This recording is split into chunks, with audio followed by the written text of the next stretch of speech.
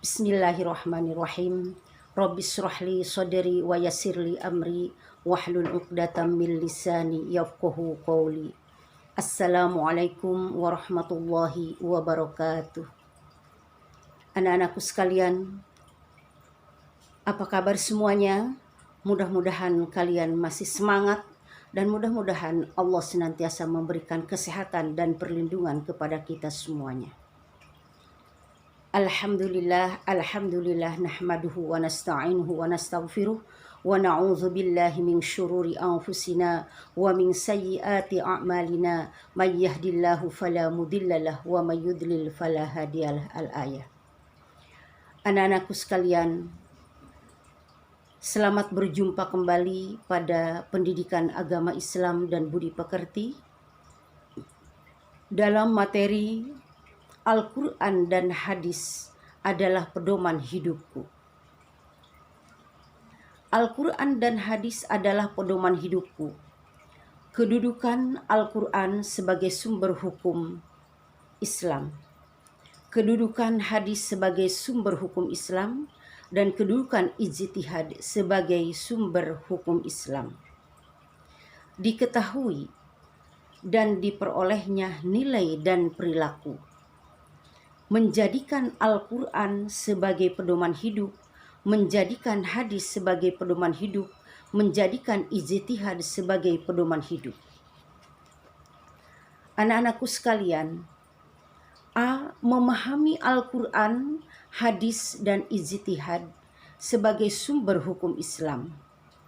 Sumber hukum Islam merupakan suatu rujukan, landasan, atau dasar yang utama dalam pengembalian hukum Islam. Hal tersebut menjadi pokok ajaran Islam sehingga segala sesuatu haruslah bersumber atau berpatokan kepadanya. Hal tersebut menjadi pangkal dan tempat kembalinya segala sesuatu. Ia juga menjadi pusat tempat mengalirnya sesuatu. Oleh karena itu, sebagai sumber yang baik dan sempurna, hendaklah ia memiliki sifat dinamis, benar, dan mutlak. Dinamis maksudnya adalah Al-Quran dapat berlaku di mana saja, kapan saja, dan kepada siapa saja. Benar artinya Al-Quran mengandung kebenaran yang dibuktikan dengan fakta dan kejadian yang sebenarnya. Mutlak artinya Al-Quran tidak diragukan bagi kebenarannya serta tidak akan terbantahkan. Anak-anakku sekalian, adapun yang menjadi sumber hukum Islam yaitu Al-Quran, hadis, dan ijtihad. Al-Quranul Karim. Satu, pengertian Al-Quran. Dari segi bahasa, Al-Quran berasal dari kata qoro'a yaqro'u, qira'atan Qur'anan, yang berarti sesuatu yang dibaca atau bacaan. Dari segi istilah, Al-Quran adalah kalamullah yang diturunkan kepada Nabi Muhammad SAW dalam bahasa Arab, yang sampai kepada kita secara mutawatir. Ditulis dalam mushaf, dimulai dengan surat Al-Fatihah dan diakhiri dengan surat An-Nas. Membacanya berfungsi sebagai ibadah, sebagai mukjizat Nabi Muhammad SAW, dan sebagai hidayah atau petunjuk bagi umat manusia. Allah Subhanahu wa Ta'ala berfirman, Bismillahirrahmanirrahim. Inna hadzal Qur'ana yahdi lillati hiya aqwam.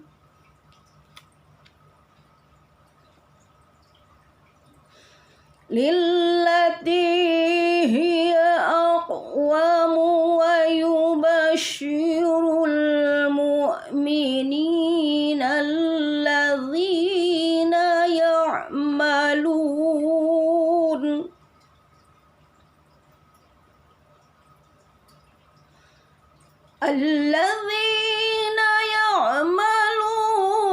as-solihati anna lahum ajran kabira.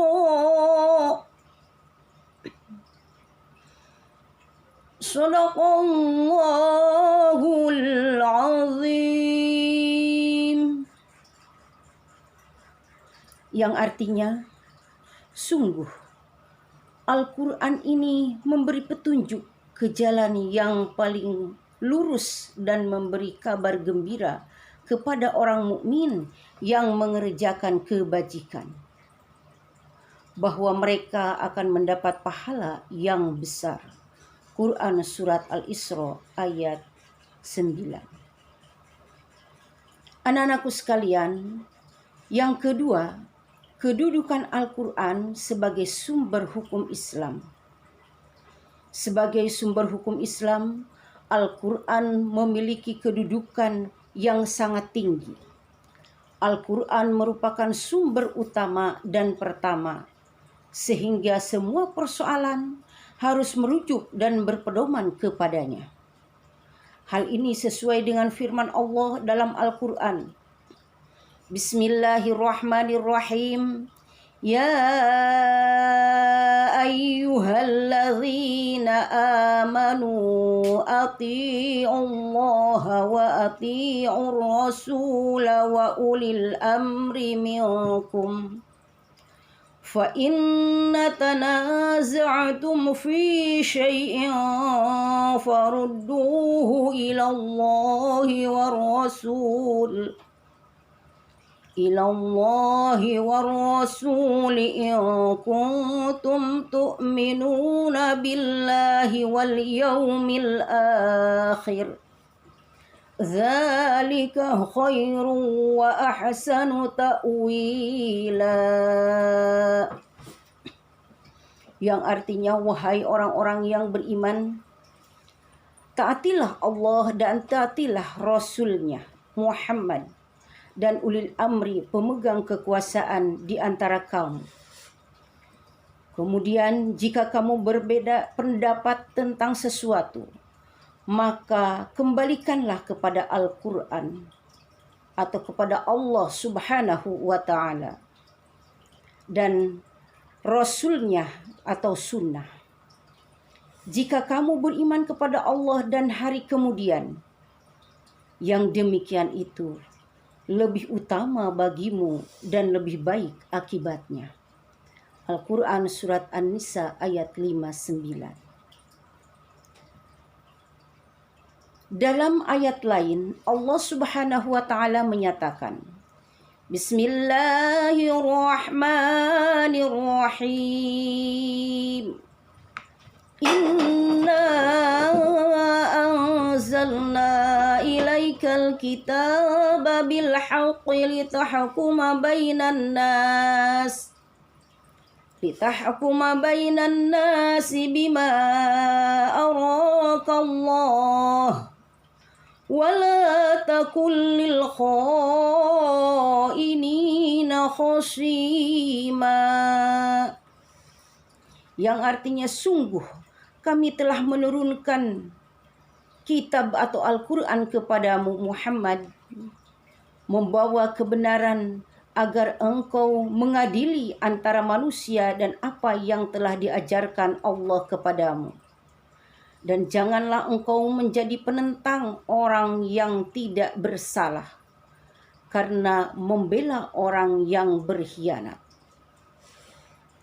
Dalam sebuah hadis yang bersumber dari Imam Bukhari dan Imam Muslim, Rasulullah Shallallahu Alaihi Wasallam bersabda, "Amma ba'du, wahai sekalian manusia, bukanlah aku sebagaimana manusia biasa yang diangkat menjadi rasul, dan saya tinggalkan bagi kalian semua ada dua perkara utama atau besar.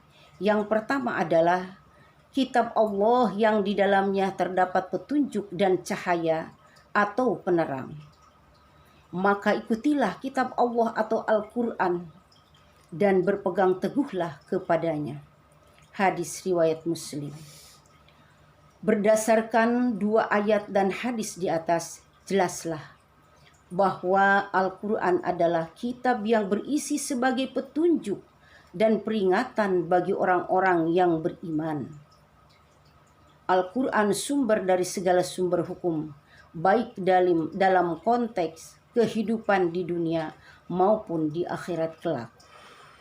Namun demikian, hukum-hukum yang terdapat dalam kitab suci Al-Quran ada yang bersifat rinci dan sangat jelas maksudnya, dan ada yang masih bersifat umum dan perlu pemahaman mendalam untuk memahaminya. Anak-anakku sekalian, yang ketiganya, kandungan hukum dalam Al-Quran. Para ulama mengelompokkan hukum yang terdapat dalam Al-Quran ke dalam 3 bagian, yaitu seperti berikut. A. Akidah atau keimanan. Akidah atau keimanan adalah keyakinan yang tertancap kuat di dalam hati. Akidah terkait dengan keimanan terhadap hal-hal yang goib, yang terangkum dalam rukun iman, arkanul iman, yaitu iman kepada Allah Subhanahu wa Ta'ala, malaikat, kitab suci, para rasul, hari kiamat, dan kodo atau qadar Allah Subhanahu wa Ta'ala. Yang keduanya atau B, syariah atau ibadah. Hukum ini mengatur tentang tata cara ibadah, baik yang berhubungan langsung dengan Allah Subhanahu wa Ta'ala atau pencipta Al-Khaliq, yaitu Allah Subhanahu wa Ta'ala, yang disebut ibadah mahdhah, maupun yang berhubungan dengan sesama makhluknya yang disebut dengan ibadah ghair mahdhah. Ilmu yang mempelajari tata cara ibadah dinamakan ilmu fikih. 1. Hukum ibadah. Hukum ini mengatur bagaimana seharusnya melaksanakan ibadah yang sesuai dengan ajaran Islam. Hukum ini mengandung perintah untuk mengerjakan sholat, zakat, puasa, dan lain sebagainya. 2. Hukum muamalah. Hukum ini mengatur interaksi antara manusia dan sesamanya, seperti hukum tentang tata cara jual beli, hukum pidana, hukum perdata, hukum warisan, pernikahan, politik, dan lain sebagainya. C. Akhlak atau budi pekerti.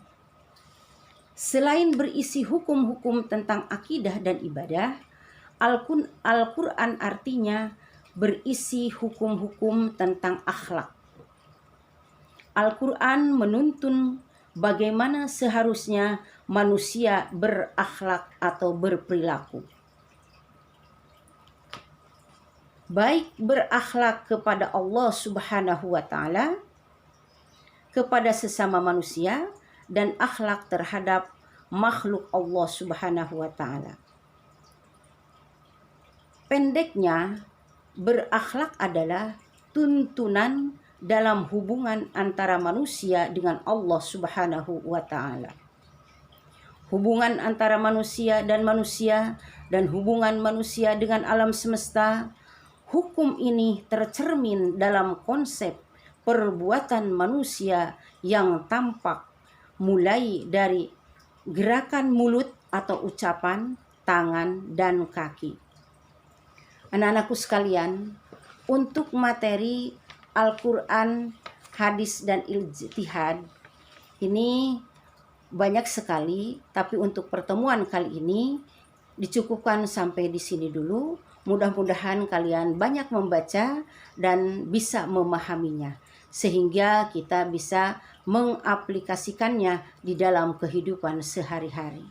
Dan mudah-mudahan tambah kuat iman dan Islamnya dimanapun kita berada, kapanpun, dalam keadaan bagaimanapun. Mudah-mudahan iman kita, akidah kita, akhlak kita bisa terjaga dengan baik.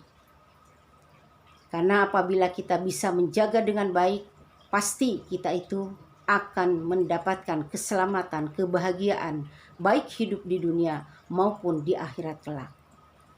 Apabila ada kekurangan, mohon dibukakan pintu maaf yang seluas-luasnya. Wabillahi taufiq wal hidayah. Wassalamualaikum warahmatullahi wabarakatuh.